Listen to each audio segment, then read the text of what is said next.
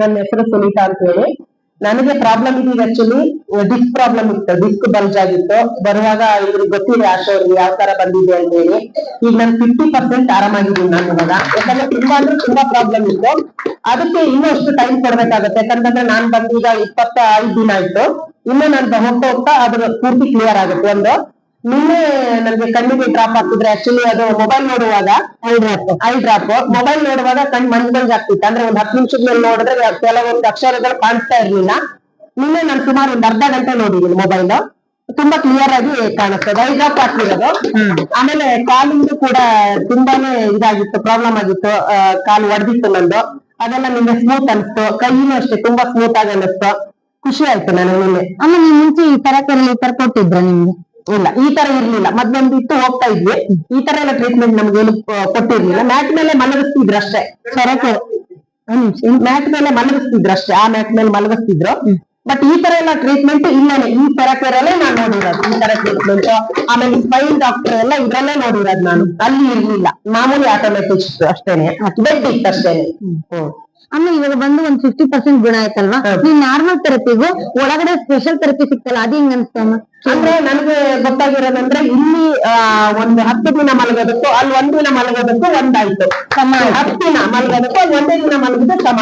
ಈ 10 ದಿನ ಮಲಗಿ ಟ್ರೀಟ್ಮೆಂಟ್ ತಗೊಳೋದಕ್ಕೂ ಅಲ್ಲಿ 1 ದಿನ ಮಲಗಿ ಟ್ರೀಟ್ಮೆಂಟ್ ತಗೊಳೋದಕ್ಕೂ ಸಮ ಆಯ್ತು. ಅಂದ್ರೆ ಈಗೇನು ನಾವು ಮನೆಗೆಲ್ಲ ತಗೊಂಡೋದ್ರೆ ತುಂಬಾ ಒಳ್ಳೇದು. ಬೆಳಿಗ್ಗೆ ಆಮೇಲೆ ಸಂಜೆ ಎಲ್ಲ ತಗೊಂಡ್ರೆ ಇನ್ನೂ ನಮಗ್ ಚೆನ್ನಾಗಾಗುತ್ತೆ. ಮತ್ತೆ ಮುಂದೆ ಬರೋ ಕಾಯಿಲೆಗಳು ಪೂರ್ತಿ ಅವಾಯ್ಡ್ ಆಗುತ್ತೆ, ಯಾವ್ದು ಬರಲ್ಲ. ಈಗ ನಮ್ಮ ಬಾಡಿ ಒಳಗಡೆ ಸೆಲ್ಸ್ ಡ್ಯಾಮೇಜ್ ಆಗಿರೋದು ಗೊತ್ತಾಗಲ್ಲ, ಮುಂದ್ ಕಾಯಿಲೆ ಬರ್ಬಾರ್ದು ಅಂತ ಏನಲ್ಲ.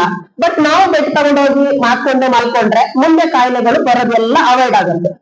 ಅವಾಯ್ಡ್ ಆಗಿ ನಾವು ಆರಾಮಾಗಿ ಇನ್ನು ಬೇರೆ ಊರುಗಳಲ್ಲೆಲ್ಲ ಹೆಂಗ್ 80 ವರ್ಷ 90 ವರ್ಷ ಬದುಕ್ತಾರೆ ಹಾಗೆ ಬದುಕ್ಬೋದು, ಇರ್ಬೋದು ಅಂತ ನನ್ನ ಅನಿಸಿಕೆ. Thank you. ಅದೇ ರೀತಿ ಇವಾಗ ಈ ಥೆರಪಿ ತಗೊಳ್ಳುವ ನೋವು ಏನಾದ್ರು ನಿಮಗೆ ಜಾಸ್ತಿ ಆಯ್ತಾ? ಖಂಡಿತ ಜಾಸ್ತಿ ಆಗಿತ್ತು. ಏನೆಲ್ಲ ಜಾಸ್ತಿ ಆಯ್ತು? ನನ್ಗೆ ನೋವು ಜಾಸ್ತಿ ಆಗಿತ್ತು, ಇಲ್ಲಿ ಜಾಸ್ತಿ ಆಯ್ತು, ಮತ್ತೆ ಇಲ್ಲಿ ಜಾಸ್ತಿ ಆಯ್ತು. ಆಮೇಲೆ ಒಂದ್ 2 ದಿನ ಜಾಸ್ತಿ ಆಯ್ತು. ಆಮೇಲೆ 3 ದಿನ ಸ್ವಲ್ಪ ಕಮ್ಮಿ ಆಗ್ತಾ ಬಂತು. ಆಮೇಲೆ ನೋವಿಲ್ಲ. ಇವಾಗ ನನಗೆ ಇಲ್ಲೆಲ್ಲೂ ನೋವಿಲ್ಲ. ಬರೋದು ಅದನ್ನ ಸ್ವಲ್ಪ ಹಿಂದೆ ಬರ್ತಾ ಇದೆ. ಯಾಕಂದ್ರೆ ನನಗೆ ಪೂರ್ತಿ ಇದಾಗ್ಬಿಟ್ಟಿತ್ತು, ತುಂಬಾನೇ ಪ್ರಾಬ್ಲಮ್ ಆಗಿತ್ತು. ಈ ಕಾಲು ಈ ಕಡೆ ಹಾಕ್ತಾ ಇದ್ದೆ ನಾನು, ಹಿಂಗ ನಡೀತಿರ್ಲಿಲ್ಲ, ಹಿಂಗ್ ಹೋಗ್ತಾ ಇತ್ತು ಈ ಕಾಲು. ಯಾಕಂದ್ರೆ ಇಲ್ಲೇ ಡಿಸ್ಕ್ ಪ್ರಾಬ್ಲಮ್ ಆಗಿರೋದು ನನಗೆ ತುಂಬಾನೇ ಪ್ರಾಬ್ಲಮ್ ಆಗಿತ್ತು. ಅದು ರಿಪೋರ್ಟ್ ಕೂಡ ಕೊಟ್ಟಿದ್ದೆ ಮೇಡಮ್, ಈಗ ನೋಡಿದ್ದಾರೆ. ಈಗ ನನಗೆ 50% ಆರಾಮಾಗಿದೆ. ಹಿಂಗೆ ನಾನು ಬರ್ತಾ ಇದ್ರೆ ಪೂರ್ತಿ ಕ್ಲಿಯರ್ ಆಗುತ್ತೆ. ಏನ್ ಗೊತ್ತಾ, ಈಗ ಹೊಸ ಅಪ್ಪ ಅಂದ್ರೆ ಒಂದು ಹೆದರಿಕೆ ಇರ್ತದೆ, ನಮ್ ಬಂದ್ಬಿಟ್ಟ ನಾವು ಜಾಸ್ತಿ ಆಯ್ತು ಬಿಟ್ಬಿಡೋಣ ಅಂತ. ಅವ್ರಿಗೆ ಬಿಡಕ್ ಹೋಗ್ಬಾರ್ದು. ಯಾಕಂದ್ರೆ ನಾನ್ ಬಿಟ್ಟಿದ್ರೆ ನಾನು ಇವತ್ತೇ ನನಗೂ ಬರಕ್ ಆಗ್ತಾ ಇರ್ಲಿಲ್ಲ ಅಲ್ವಾ. ಯಾವುದೇ ಕಾರಣಕ್ಕೂ ಬಿಡ್ಬೇಡಿ. ಆಗೋದೆಲ್ಲ ಒಳ್ಳೇದಕ್ಕೆ ಅಂದ್ಕೊಂಡೇ ಬರ್ಬೇಕು. ನಾವು ಮಿನಿಮಮ್ 3 ತಿಂಗಳು ಜಾಸ್ತಿ, ಎಷ್ಟು ಪ್ರಾಬ್ಲಮ್ ಜಾಸ್ತಿ ಇರುತ್ತೋ ಅಷ್ಟು ಟೈಮ್ ಜಾಸ್ತಿ ತಗೊಳುತ್ತೆ. ನನಗೆ ಸ್ವಲ್ಪ ಪ್ರಾಬ್ಲಮ್ ಜಾಸ್ತಿ ಇದೆ, ಕೆಲವರಿಗೆ ಸ್ವಲ್ಪ ಪ್ರಾಬ್ಲಮ್ ಕಮ್ಮಿ ಇರ್ಬೋದು. ಆಮೇಲೆ ಒಬ್ಬೊಬ್ರು ದೇಹ ಒಂದೊಂದ್ ತರ ಇರುತ್ತೆ. ಈಗ 75 ಜನ ಅಂದ್ರೆ 75 ಜನರ ಬಾಡಿನೂ ಬೇರೆ ಬೇರೆ ತರ ಇರುತ್ತೆ. ನನಗೆ ಸ್ವಲ್ಪ ಜಾಸ್ತಿ ಟೈಮ್ ಬೇಕಾಗಿದೆ ಒಂದು. ಆಮೇಲೆ ಬಿಡಕ್ಕೆ ಅಂತ ಖಂಡಿತ ಹೋಗ್ಲೇಬಾರ್ದು. ಬಿಟ್ರೆ ನಮಗೆ ಮತ್ತೆ ಪ್ರಾಬ್ಲಮ್, ಮತ್ತೆ ಬೇರೆ ಬೇರೆ ಕಾಯಿಲೆಗಳು ಬರ್ತವೆ. ಅವಾಗ ಮತ್ ನಾವ್ ಎಲ್ಲಿ ಹೋಗೋದು? ಮತ್ತೆ ಅದೇ ಡಾಕ್ಟರ್ ಹತ್ರ ಹೋಗ್ಬೇಕಾಗುತ್ತೆ, ಅದೇ ಇಂಜೆಕ್ಷನ್, ಅದೇ ಮಾತ್ರೆಗಳು, ಅದೇ ಲಕ್ಷಗಟ್ಟಲೆ ದುಡ್ಡು ಬಿಡ್ಬೇಕಾಗುತ್ತೆ. ಅದಕ್ಕೆ ಬಿಡ್ಲೇಬಾರ್ದು. ಯಾವುದೇ ಕಾರಣಕ್ಕೂ ಯಾರು ಬಿಡ್ಬೇಡಿ, ಯಾವುದೇ ಕಾರಣಕ್ಕೂ ಬಿಡಕ್ ಹೋಗ್ಬೇಡಿ. ಬರ್ತಾನೆ ಇರ್ಬೇಕು. ನನಗ್ ಬಿಟ್ಟಿಲ್ಲ, ನನಗ್ ನೋವು ಕಮ್ಮಿ ಜಾಸ್ತಿ ಆಗಿತ್ತು, ಜಾಸ್ತಿ ಆಯ್ತು ಅಂತ ಬಿಟ್ಟಿಲ್ಲ. ನನಗ್ ಬರ್ತಾ 25 ದಿನ ಆಯ್ತು. ಇವತ್ತು ಸೇರಿದ್ರೆ 25 ದಿನ ಆಗುತ್ತೆ. ಒಂದು ದಿನ ಅಬ್ಸೆಂಟ್ ಇಲ್ಲ ನಾನು. ಕಾರ್ಡ್ ನೋಡಿದ್ರೆ ಗೊತ್ತಾಗುತ್ತೆ. ರೆಗ್ಯುಲರ್ ಆಗಿ ಬರ್ತಾ ಇದ್ದೀನಿ, ಒಂದಿನ ಅಬ್ಸೆಂಟ್ ಇಲ್ಲ. ಎಲ್ಲರೂ ಬನ್ನಿ ಅಂತ ನಾನು ಒಂದು ರಿಕ್ವೆಸ್ಟ್ ಅಕ್ಕಪಕ್ಕದವ್ರಿಗೆ ಹೇಳೋದಾಗಿರ್ಬೋದು. ಬೇರೆ ತುಂಬಾ ಜನ ಇವಾಗೆಲ್ಲ ಕಾಯಿಲೆ ಕತ್ತಲೆಗಳಿಂದ ಒದ್ದಾಡ್ತಿದ್ದಾರೆ. ಅದು ಬೇರೆ ಇವಾಗ ಚಳಿಗಾಲ, ಇವಾಗ ಜಾಸ್ತಿ ಬೇಗ ಹಾರ್ಟ್ ಅಟ್ಯಾಕ್ ಆಗೋದು, ಬ್ಲಾಕ್ ಆಗೋದೆಲ್ಲ ಜಾಸ್ತಿ ಇವಾಗ ಬ್ಲಡ್.